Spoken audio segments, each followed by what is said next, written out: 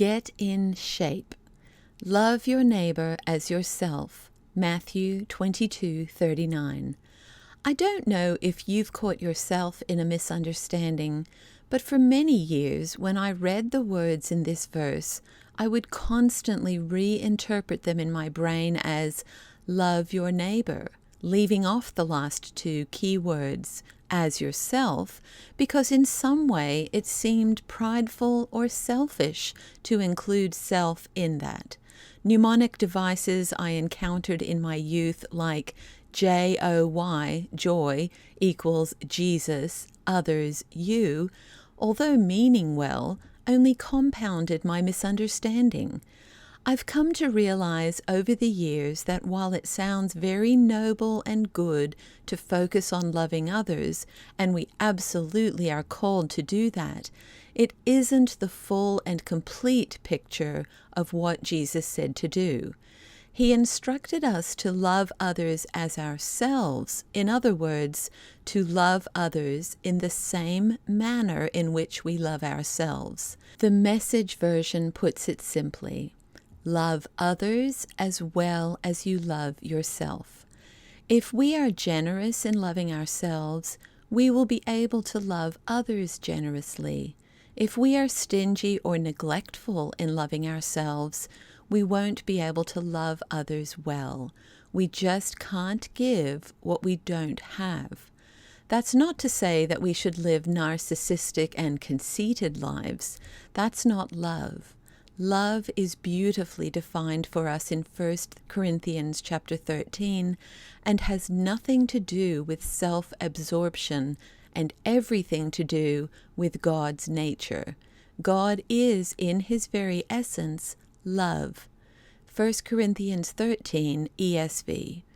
If I speak in the tongues of men and of angels, but have not love, I am a noisy gong or a clanging cymbal. And if I have prophetic powers and understand all mysteries and all knowledge, and if I have all faith so as to remove mountains, but have not love, I am nothing. If I give away all I have, and if I deliver up my body to be burned, but have not love, I gain nothing. Love is patient and kind. Love does not envy or boast. It is not arrogant or rude. It does not insist on its own way. It is not irritable or resentful. It does not rejoice at wrongdoing, but rejoices with the truth. Love bears all things, believes all things, hopes all things, endures all things. Love never ends. As for prophecies, they will pass away. As for tongues, they will cease. As for knowledge, it will pass away. For we know in part, and we prophesy in part. But when the perfect comes, the partial will pass away. When I was a child, I spoke like a child, I thought like a child, I reasoned like a child. When I became a man, I gave up childish ways. For now we see in a mirror dimly, but then face to face. Now I know in part, then I shall know fully, even as I have been fully known. So now faith, hope, and love abide, these three, but the greatest of these is love. One of the banes of our existence in the 21st century is our ability to artificially prop ourselves up for extended periods of time in order to cover over our neglectful ways of not loving ourselves properly. Not getting enough sleep? Drink more coffee. Too busy to spend much time with loved ones? Have quality time. Too many things on the schedule? Multitask. Can't fit in a quiet time? Do it on the fly. Too rushed to prepare healthful meals? Take more vitamins. Sooner or later, these things will catch up with us, and we'll find our wells depleted. Jeremiah 2:13 talks about this.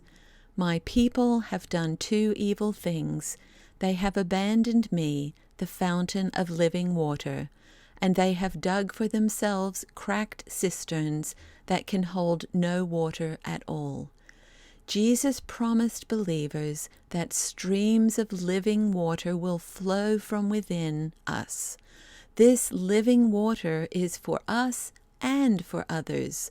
Let's get in shape by loving ourselves well, so that as we encounter others along our courses, whether our own families or complete strangers, we'll have something to give them, God's water of life.